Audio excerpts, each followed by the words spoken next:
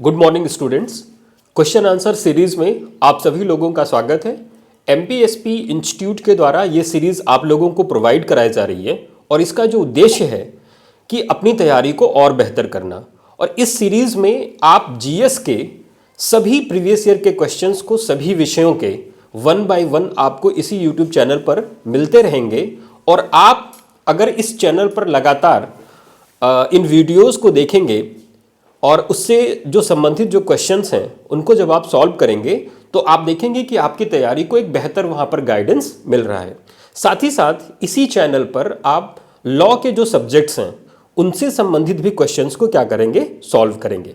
तो ये सीरीज हम लोग स्टार्ट कर रहे हैं और आपका काम क्या है कि जो भी सब्जेक्ट्स यहाँ पर आपको क्वेश्चन आंसर दिए जाएंगे उन सब्जेक्ट्स के टॉपिक को पढ़ना है और फिर इन क्वेश्चंस को क्या करना है, सॉल्व करना है। तो चलिए आज हम लोग स्टार्ट कर रहे हैं इकोनॉमी के क्वेश्चंस को जो प्रीवियस ईयर में यानी कि पहले के एग्जाम्स में पूछे गए हैं। अब वो एग्जाम्स यूपीएससी के भी एग्जाम्स हो सकते हैं, पीसीएस जे के एग्जाम्स हो सकते हैं या स्टेट पीसीएस के एग्जाम्स हो सकते हैं। अच्छा, इस सीरीज में आपको जो भी क्वेश्चंस कराए जाएंगे वो टॉपिक वाइज कराए जाएंगे। लाइक दैट कि आज हमने जो टॉपिक लिया है that is money and banking. तो मनी एंड बैंकिंग के जितने भी क्वेश्चंस प्रीवियस ईयर एग्जाम में पूछे गए हैं उनको 1 बाय 1 हम लोग इस सीरीज में क्या करेंगे, सॉल्व करेंगे। जैसे जो पहला क्वेश्चन दिया गया है दैट इज, एक बार क्वेश्चन को हम लोग देख लेते हैं कि which is the highest bank in the banking system of India. यानी कि इंडिया के बैंकिंग सिस्टम में हाईएस्ट बैंक कौन सा है। और हाईएस्ट बैंक का मतलब यह है कि बैंकिंग सिस्टम में जिसकी जो पोजीशनिंग है वो सर्वोच्च है। राइट। अब यहां पर जो ऑप्शन दिए गए हैं एक बार हम लोग ऑप्शन को देख लेते हैं। ऑप्शन में अगर आप देखेंगे तो ऑप्शन में वहां पर दिया गया है ए ऑप्शन में that is State Bank of India, B option में Reserve Bank of India, C option में Central bank of India and D option में Industrial Development Bank of India. तो ये चार ऑप्शंस हैं। हमें इसमें यह देखना है कि हाईएस्ट बैंक कौन सा है। हाईएस्ट बैंक का मतलब क्या है? हाईएस्ट बैंक का मतलब यह है कि किसी भी देश में वो बैंकिंग संस्था जो ना सिर्फ बैंकिंग का काम करती हो बल्कि वो रेगुलेटर का भी काम करता हो। इसका मतलब यह है कि जो बैंकों के लिए रूल्स, नियम, कानून, इन सारी चीजों को भी क्या करती हो, बनाती हो। और इस कैटेगरी में अगर आप देखेंगे तो भारत में जो हाईएस्ट बैंक है that is reserve Bank of India, RBI, है ना। आरबीआई से रिलेटेड अगर क्वेश्चंस आएंगे तो वहां पर इसके पॉइंट्स हम लोग कुछ और देखेंगे। इस क्वेश्चन का जो राइट आंसर होगा दैट इज बी। तो हाईएस्ट बैंक कौन सा है भारत में? दैट इज आरबीआई यानी कि रिजर्व बैंक ऑफ इंडिया। चलिए क्वेश्चन नंबर दूसरा देखते हैं। Next question, when was the Reserve Bank of India established. Right. अब इससे संबंधित जो क्वेश्चंस हैं वो दो तरीके के क्वेश्चन पूछे जाएंगे। ठीक है, कि रिजर्व बैंक की स्थापना कब हुई थी, ये एक क्वेश्चन बनता है। और दूसरा जो क्वेश्चन बनता है कि रिजर्व बैंक ऑफ इंडिया की स्थापना किस अधिनियम से हुई थी, किस एक्ट से हुई थी। तो क्वेश्चन ये है कि कब हुई थी, आपको वो टाइम फ्रेम बताना है कि रिजर्व बैंक ऑफ इंडिया की स्थापना कब हुई थी। तो यहां पर ए ऑप्शन है दैट इज 1920, बी ऑप्शन है 1930, सी ऑप्शन है 1935 एंड डी ऑप्शन है दैट इज 1940। ठीक है, 1920, 1930, 1935 एंड 1940। तो इसमें जो ऑप्शन आपका सही ऑप्शन है दैट इज सी ऑप्शन 1935। तो रिजर्व बैंक ऑफ इंडिया की जो स्थापना हुई थी वो 1935 में हुई थी, 1 अप्रैल 1935, 1 अप्रैल 1935। और जिस अधिनियम के अंतर्गत यानी कि जिस कानून के अंतर्गत इस बैंक की स्थापना हुई थी दैट इज आरबीआई एक्ट 1934। ठीक है, आरबीआई एक्ट 1934 यानी कि रिजर्व बैंक ऑफ इंडिया अधिनियम 1934। तो 1934 में आपको बस इतना ध्यान रखना है, 1934 में अधिनियम बना था यानी कि आरबीआई से संबंधित कानून बने थे, लेकिन इसका जो एस्टैब्लिशमेंट स्टार्ट हुआ था, ठीक है, दैट इज 1935 में, 1 अप्रैल 1935। और इस बैंक की जो स्थापना हुई थी वो हिल्टन यंग कमीशन के आधार पर हुई थी, इस कमीशन के रिपोर्ट पर। तो ये भी अगर पॉइंट अगर आपको नोट डाउन करना है तो इस पॉइंट को भी आप नोट डाउन कर सकते हैं, हिल्टन यंग कमीशन, जिसके आधार पर रिजर्व बैंक ऑफ इंडिया की स्थापना हुई थी। चलिए नेक्स्ट क्वेश्चन देखते हैं, question number 3, that is where is the headquarter, where is the headquarters of the RBI located. ठीक है, तो हेडक्वार्टर का मतलब क्या होता है? हेडक्वार्टर का मतलब, चलिए नेक्स्ट क्वेश्चन है, that is where is the headquarters of the RBI located, यानी कि रिजर्व बैंक ऑफ इंडिया का मुख्यालय कहां स्थित है। ठीक है, और जो ऑप्शंस दिए गए हैं, ए ऑप्शन में आपके पास में Delhi, B option Kolkata, C option Mumbai and D option Chennai. ठीक है, और आपको जो आंसर देना है, ध्यान रखना है कि ये जो क्वेश्चंस हैं ये प्रीवियस ईयर एग्जाम्स में पूछे गए हैं, तो ये बहुत इंपॉर्टेंट क्वेश्चंस हैं। ठीक है, अगर आप ने तैयारी की है तो ये रिवीजन के लिए आपके लिए क्या होगा, बेस्ट होगा। फिलहाल आपको आंसर बताना है कि आरबीआई का हेडक्वार्टर कहां पर है। तो देखिए यहां पर जो सी ऑप्शन है दैट इज मुंबई, तो आरबीआई का हेडक्वार्टर मुंबई में लोकेटेड है। ठीक है, इससे पहले आरबीआई का हेडक्वार्टर कोलकाता में था। ठीक है, तो प्रेजेंटली आरबीआई का हेडक्वार्टर मुंबई में है, लेकिन 1937 से पहले, 1937 से पहले रिजर्व बैंक ऑफ इंडिया का जो हेडक्वार्टर है वो कोलकाता में है। तो ये पॉइंट भी आप मेंशन कर सकते हैं। कई बार क्वेश्चन ये भी पूछ लेता है कि मुंबई से पहले, ठीक है, आरबीआई का मुख्यालय कहां था, रिजर्व बैंक ऑफ इंडिया का मुख्यालय कहां था, तो वो पॉइंट आपको यहां पे नोट डाउन करना है, दैट इज कोलकाता। चलिए नेक्स्ट क्वेश्चन देखते हैं, question number 4, name of the governors of the Reserve Bank of India who also became the finance minister. ठीक है, अब यहां पे 2 पॉइंट आपको ध्यान में रखना है। ठीक है, आपको रिजर्व बैंक ऑफ इंडिया के ऐसे गवर्नर का नाम बताना है जो बाद में भारत के वित्त मंत्री बने। ठीक है, आप जानते हैं, अगर आपने आरबीआई से संबंधित सारे टॉपिक्स को कवर किया होगा या आपने पढ़ा होगा, कहीं से भी पढ़ा होगा, तो आप जानते हैं कि जो गवर्नर ऑफ द आरबीआई होता है वो supreme authority of the bank होता है, यानी कि रिजर्व बैंक के सुप्रीम अथॉरिटी होते हैं। तो जो क्वेश्चन आपको बताना है कि गवर्नर, कौन ऐसे गवर्नर थे जो पहले आरबीआई के गवर्नर थे देन फिनांस मिनिस्टर बने। ठीक है, ऑप्शंस जो आपको दिए गए हैं, ए ऑप्शन में एचएम पटेल, बी ऑप्शन में सी.डी. देशमुख, सी ऑप्शन में सी सुब्रमण्यम एंड डी ऑप्शन में सचिन चौधरी। इन चारों ऑप्शंस में से आपको बताना है, ऐसे गवर्नर का नाम बताना है जो फिनांस मिनिस्टर बने। तो इसका जो सही आंसर होगा, राइट आंसर होगा, that is B, C D. Deshmukh. ठीक है, तो सी.डी. देशमुख जो थे वो 1943 से लेकर और 1949 तक ये आरबीआई के गवर्नर थे, और बाद में 1950 से लेकर 1956 तक ये भारत के फिनांस मिनिस्टर भी बने। ठीक है, तो पहले गवर्नर थे, देन फिर ये फिनांस मिनिस्टर बने। चलिए, तो आंसर आपका होगा C D. Deshmukh, B answer is the correct answer. चलिए नेक्स्ट क्वेश्चन देखते हैं, क्वेश्चन नंबर 5। ठीक है, who is the fiscal agent and adviser of the government in monetary and financial matters. ठीक है, तो भारत सरकार के, यानी कि गवर्नमेंट के एडवाइजर के रूप में मॉनेटरी यानी कि मौद्रिक और वित्तीय मामलों में कौन ऐसा है जो फिस्कल एजेंट की तरह काम करता है, राइट। और यहां पर जो ऑप्शन है वो 4 ऑप्शन दिए गए हैं, A NABARD, B RBI, C SBI and D none of this.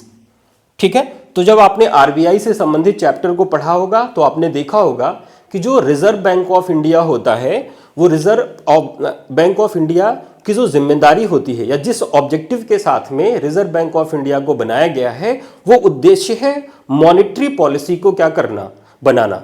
तो आरबीआई का जो मेन काम है वो है मॉनेटरी पॉलिसी यानी कि मौद्रिक नीति को बनाना। और मौद्रिक नीति का मतलब क्या होता है? मौद्रिक नीति का मतलब होता है कि देश में जो मनी से संबंधित जो बैलेंस है, ठीक है, उस लिक्विडिटी को उसका संयोजन करना, उससे संबंधित नियमों को बनाना।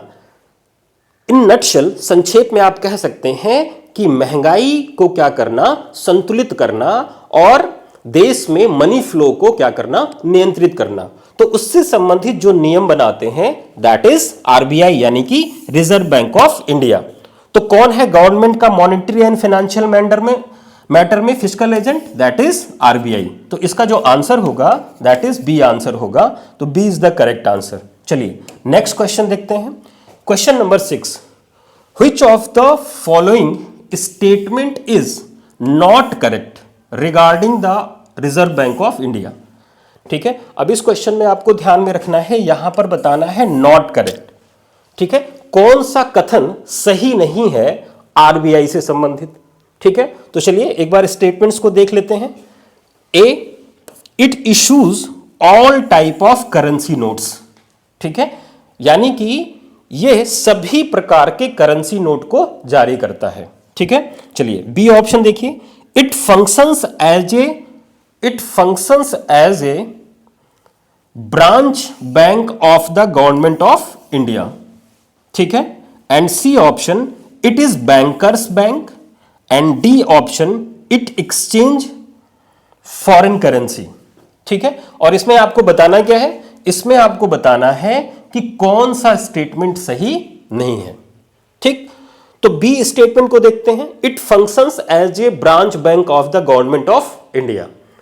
तो जब आपने आरबीआई के बारे में पढ़ा होगा तो देखा होगा कि आरबीआई का जो मेन फंक्शंस हैं, 3-4 जो मेन कार्य प्रणाली है। एक तो मॉनेटरी पॉलिसी, अभी इससे पहले वाले क्वेश्चन में मैंने बताया कि मॉनेटरी पॉलिसी बनाने का काम देश में कौन करता है? आरबीआई करता है। दूसरा जो मेन काम है आरबीआई का दैट इज कि सरकार के बैंक के रूप में काम करना। ठीक है, तो ये एक तरीके से गवर्नमेंट बैंकर्स के रूप में भी काम करता है। तो बी ऑप्शन क्या है आपका? सही है। और हमें क्या बताना है? Not correct. तो B is the correct option. C option देखिए, इट इज बैंकर्स बैंक। तो आरबीआई जानते हैं कि देश में हाईएस्ट बैंक है, अभी पहले क्वेश्चन में हम लोगों ने सॉल्व किया था। तो इसका मतलब ये है कि आरबीआई बैंकों का भी बैंक है। ठीक है, तो सी ऑप्शन भी सही है, it is bankers bank, C option भी सही है। डी ऑप्शन देखिए, इट एक्सचेंज फॉरेन करेंसी। ठीक है, तो जो विदेशी जो करेंसी है उसके एक्सचेंज का भी काम कौन करता है? आरबीआई करता है। तो डी ऑप्शन भी सही है। तो बी, सी और डी ये तीनों ऑप्शन क्या है? सही है। तो इनकरेक्ट आपका जो स्टेटमेंट है दैट इज ए। और क्या इसमें इनकरेक्ट है? It issues all type of currency notes. ठीक है, जब आप लोगों ने इकोनॉमी को पढ़ा होगा और इस चैप्टर को पढ़ा होगा तब आप वहां पर आपने पढ़ा होगा कि मनी एंड करेंसी में डिफरेंस है ना? मनी एंड करेंसी में क्या है? डिफरेंस है। तो all type of currency notes को कौन जारी करता है? तो RBI all type of currency notes नहीं जारी करता है। 2 रुपए की करेंसी यानी कि 2 से अधिक रुपए के जो करेंसी नोट्स हैं वो आरबीआई जारी करता है, जबकि 1 रुपए के जो करेंसी नोट्स हैं वो फिनांस मिनिस्ट्री जारी करती है, वित्त मंत्रालय जारी करता है। तो जो ऑप्शन ए है दैट इज ये गलत आंसर है। तो यहां पर आपको नॉट करेक्ट ही बताना था। तो इस क्वेश्चन का जो सही आंसर होगा दैट इज ए। ठीक है, तो इस चीज को आप लोग नोट डाउन कर सकते हैं। चलिए नेक्स्ट क्वेश्चन देखते हैं। The financial year for banks is from April to March, but what is the financial year of RBI? तो आप जानते हैं कि जो फाइनेंशियल ईयर होता है, ठीक है, वित्तीय जो वर्ष होता है वो आप जानते हैं 1 अप्रैल से स्टार्ट होता है और 31 मार्च तक का होता है। लेकिन आरबीआई का जो फाइनेंशियल ईयर होता है वो इससे चेंज है और इसके कई सारे रीजन हैं।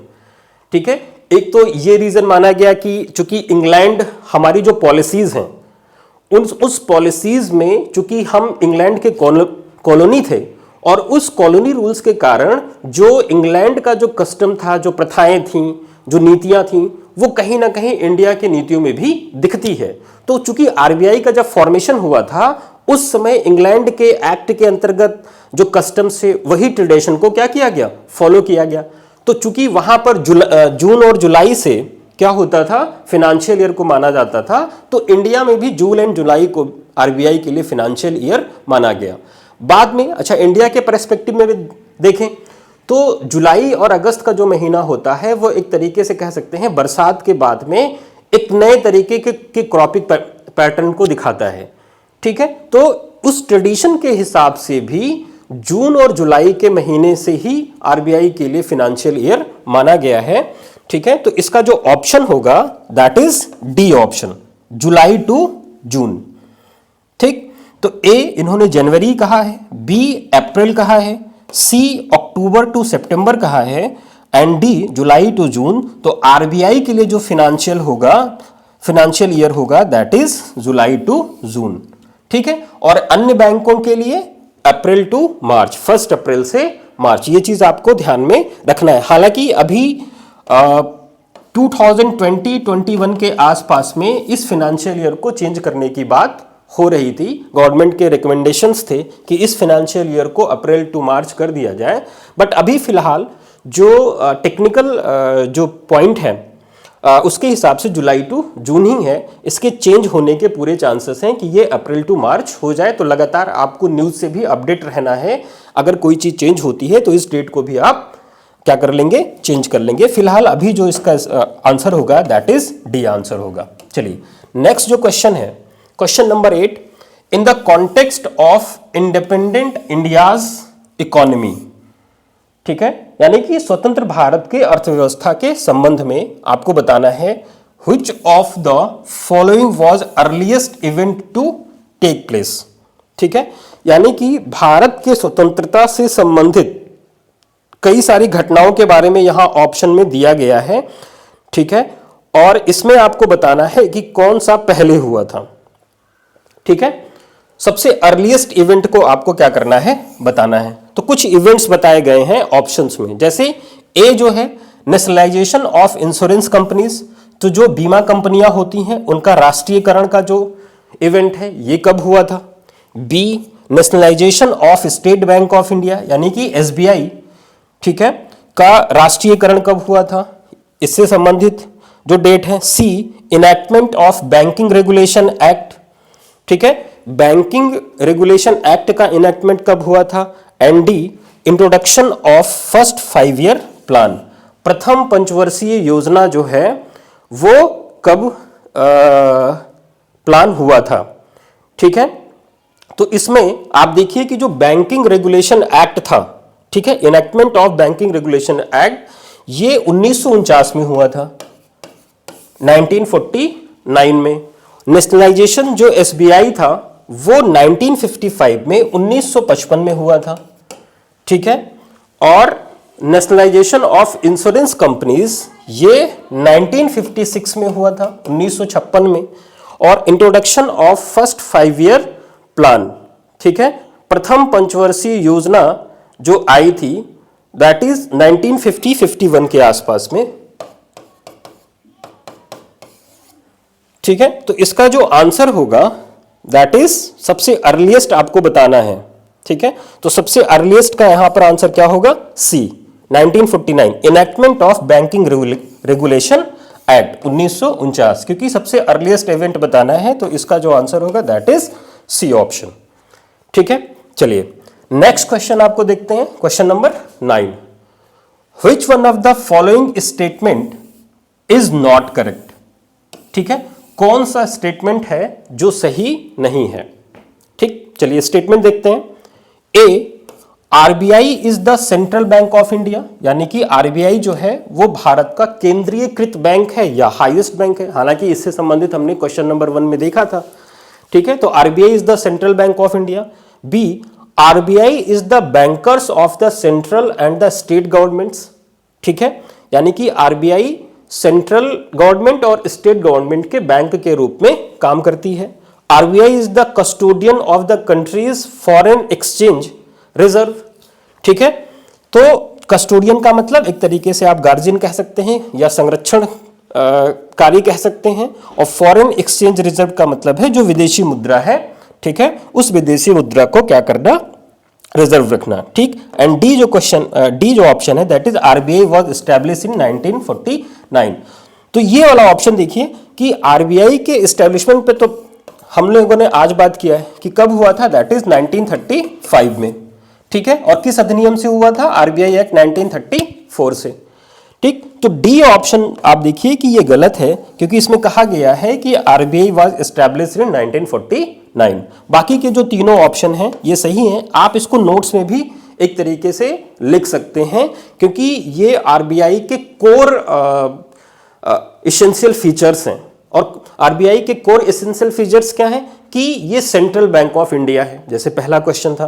B, RBI is the bankers of the central and state governments, ठीक है, ये आपने पढ़ा भी होगा। And C, RBI is the custodian of the country's foreign exchange reserve, ठीक है। तो इसको आप अपने नोट्स में भी मेंशन कर सकते हैं, और जो करेक्ट आंसर होगा दैट इज डी, ठीक है, क्योंकि ये सही स्टेटमेंट नहीं है। चलिए लास्ट क्वेश्चन देखते हैं, जो आज की इस सीरीज का ये लास्ट क्वेश्चन है, ठीक।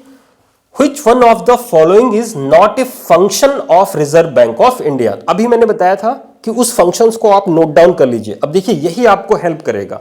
अगर आप इस तरीके के सीरीज को फॉलो करते हैं तो कई बार हो सकता है कि जब हम क्लासेस में या बुक्स से पढ़ते हैं तो हो सकता है कि कोई ऐसा फैक्ट है जो मिस हो गया हो, लेकिन जब आप पीवाईक्यूज को सॉल्व करेंगे, प्रीवियस ईयर क्वेश्चंस को सॉल्व करेंगे, तो एग्जामिनेशन के पैटर्न के हिसाब से जो क्वेश्चन आए हुए हैं वो क्वेश्चन भी कई बार आपके आंखों के सामने आएंगे। तो उससे क्या होगा कि अगर कोई फैक्ट छूट भी गया है तो भी आप उसको क्या कर लेंगे, तैयार कर लेंगे। तो ये इस तरीके की सीरीज बहुत हेल्पफुल होती है सभी प्रकार के एग्जाम्स में। चलिए, इन्होंने कहा है नॉट ए फंक्शन, कौन सा काम नहीं है, किसका नहीं है, रिजर्व बैंक ऑफ इंडिया का, यानी कि आरबीआई कौन सा काम नहीं करता है। इससे पहले हमने बताया था कि 3 काम तो करता है। पहला, credit control. B, as apex body of scheduled commercial banks. C, formulation of monetary policy. And D, credit creation, ठीक है।